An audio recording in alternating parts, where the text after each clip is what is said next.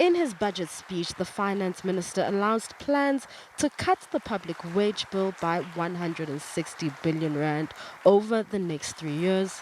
But Deputy Finance Minister Dr. David Masondo said public representatives will not be spared in government's efforts to reduce spending and curb debt. Speaking at the opening of the annual Black Business Council Summit, Masondo said public representatives will not get salary increases this year. His comments come at a time when South Africa is waiting for Moody's to announce its credit rating decision later this month.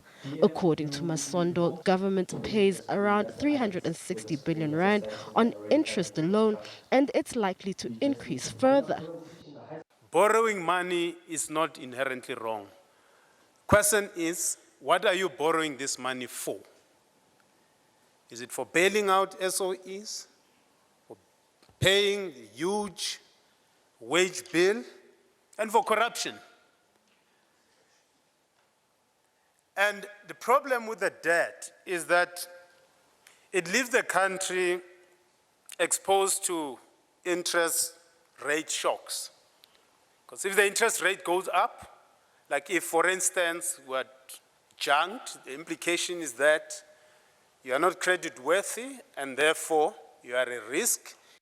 Masondo said the government has started asking questions about how SOEs can be better managed, while BBC President Sandile Zungu likened what's happening at SOEs and the country slipping into a recession to turbulent times. In his opening address, Zungu said state-owned enterprises are facing governance, leadership and capitalization problems. PRASA is without a board of directors. The South African Post Office is without a CEO, while SAA remains the first SOE to be placed under business rescue. He called on all South Africans to work together to fix these entities.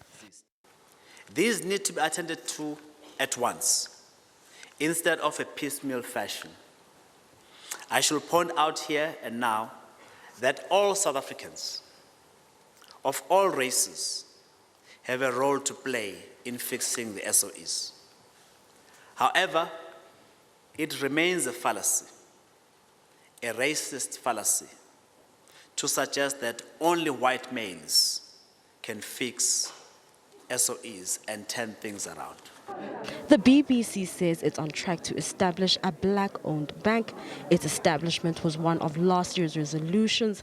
The organization resolved to provide entrepreneurs with funding, among others. Balentla Mthethwa, SABC News, Johannesburg.